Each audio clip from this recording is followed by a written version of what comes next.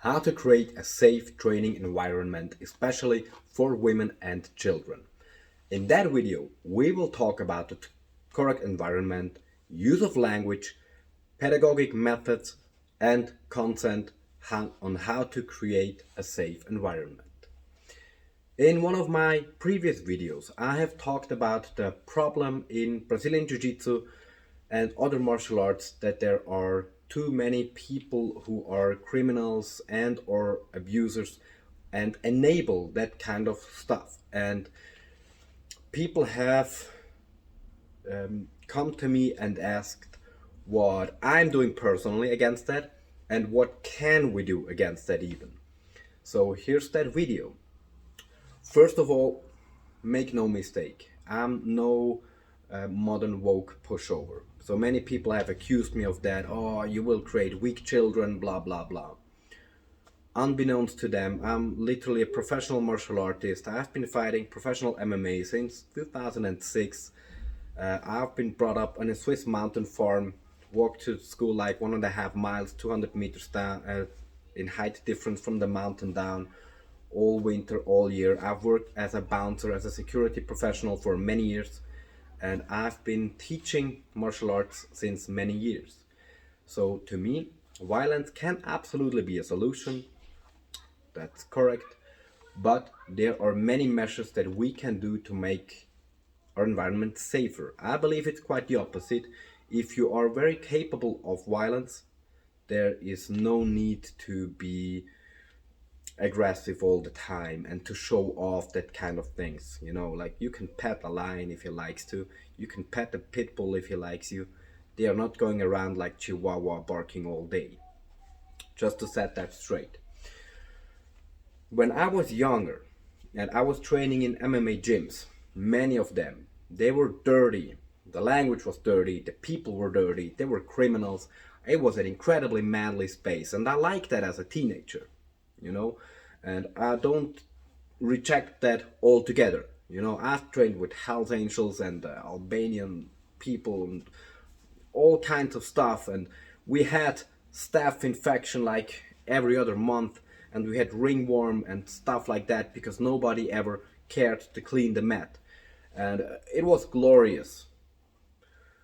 But if you are one of the people that is like, yeah, why should we, adapt the language? We used a lot of swear words, a lot of lewd language and improper, very improper environment for kids. And, it was a way for men to enjoy themselves. So many people want to keep that and are like, why should we change? And the reason is very simple. I have never seen a man of our caliber, like a fighter, getting into a dojo and is like, it's too clean in here, I will not come to train. I've never seen somebody like, oh, the trainer isn't using enough swear words, I will not train here. Or somebody be like, oh, the trainer is way too respectful in his behavior and language towards women, I will not train here. But the opposite happens. Okay, Muhammad Ali trained in a basement full of rats. I don't freaking care. He would have trained in that basement if it was beautiful as well. But many people will not come if the environment is not fitting. A woman, a mother, a father, they will not come to our dojo if it is too dirty, too stinky, or if the language is improper, or if it holds improper behavior towards people. So if we want to teach children self-defense and teach women self-defense, we have to create an environment that is inviting to them and that upholds our standards. And the second reason is, to me that's very important, I am actively teaching young women and children how they should be expected to be treated. So as a man and as a martial artist, as a fighter, as somebody who may be a strong role model about what a strong and powerful man can be, I teach them that I am very respectful towards them. that a strong man like my father was the strongest man I've ever known, and he was the most loving and respectful man ever. And he has taught me it's absolutely okay to cry, just not for pain. That's what he told me. Like, Winnetou didn't cry when he was stabbed, but he cried when he was sad. That's how a man behaves. So let's get into it. The environment, first reason. So your gym, your dojo needs to be clean. Disinfect the mats, keep it clean. No things running around, no blood laying around, not too aggressive pictures hanging up, inviting. Okay? No like nude pictures of women, stuff like that. Keep it clean. Very important. The second is I need to peak the language.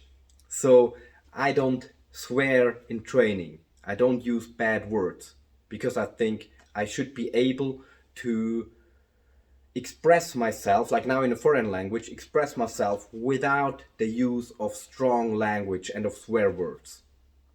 I should be capable of that to get my point across without yelling, without using foul language. I think that is the sign of somebody who is using conscious language, who's consciously using the language to get the point across. And I think it's very important towards children and also towards young women to see how a man is acting with respect and decent behavior that might as well be in the dojo or in a professional context. The third one, and that's very important, I use trigger warnings. Now, some of you might dislike that, but I am literally working with women who have been the target of very bad forms of violence. So I teach them about respect as well, and I respect them to allow them to participate in training. I know most of us guys, I wouldn't care them running around nude on the mats all day. But if somebody has been touched against consent inappropriately, it's very valuable for them to warn them and to make them feel safe. You as a man, you will not be offended if I ask you if I may touch you before I demonstrate something. It will not offend you. But the other way around can be very offensive to just touch somebody and just move them around. So consent is incredibly important. And I use that even with children, but we come to that later. So the trigger warning is that if we use self-defense and we maybe teach rape defense and stuff like that, I warn beforehand. I tell them it's okay if you feel unsafe or start to feel unwell. You may just get off the mat or just say something. And I also teach to be very conscious if your partner signals verbally or non-verbally that they are feeling unsafe or unwell, to stop immediately. Because that allows to participate everybody in training, even people who have some fear of being touched against consent. It's incredibly sensitive what we are doing. Like a man is sitting on your chest, rendering you immovable. So feeling safe and consent is utmost important. That's why I mentioned earlier, I always ask about consent. Even with the little kids, especially with the little kids. I make a point of, like, before I tie the belt, I ask them, may I tie your belt? And while you found that ridiculous, I want to instill the idea into them that nobody may touch them without consent, and that an adult needs to respect their physical authority over themselves, which usually the kid, the opposite is taught, but that is incredibly valuable and incredibly important for kids to be taught that, and also for women to experience that if they have not experienced that before. And I need to peak consent. And also we are using very modern methods of teaching, of pedagogic, which I too find very important, very valuable. The old ways have been useful, now we have better ways, and my teacher and your teacher would use that method if they had access to it. 100%. So if I learn about new methods of how a human can learn and how we can improve our physical function, I use those methods. Yeah, it's cool the way we've been destroyed in training in the old days, or how the Shaolin monks have trained and stuff like that. But if we want to have maximum performance, and I want to have maximum performance even for those who are not going to be professional fighters, then I need to use very modern methods. The performance of a fighter will not suffer, it will even profit from using modern methods. And the performance of everybody else will skyrocket.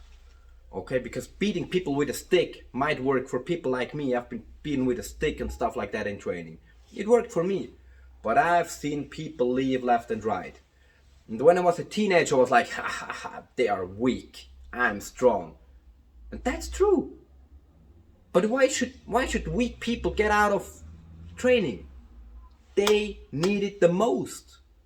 So we need to work on keeping those people in training and teaching them actual martial arts, to not have them wander off into some kind of bullshido dojo that does all of those small things right, but teaching them bullshido. So it's very possible for us that do actual martial art, that teach you to fight, and still behave like a gentleman, and still have a clean dojo, and still, use all those little things. That's how we create an inviting and safe training environment for everybody, and especially for women and children. I hope you liked that. If you have any feedback or any bad words to say about me, just drop a comment, and see you next time.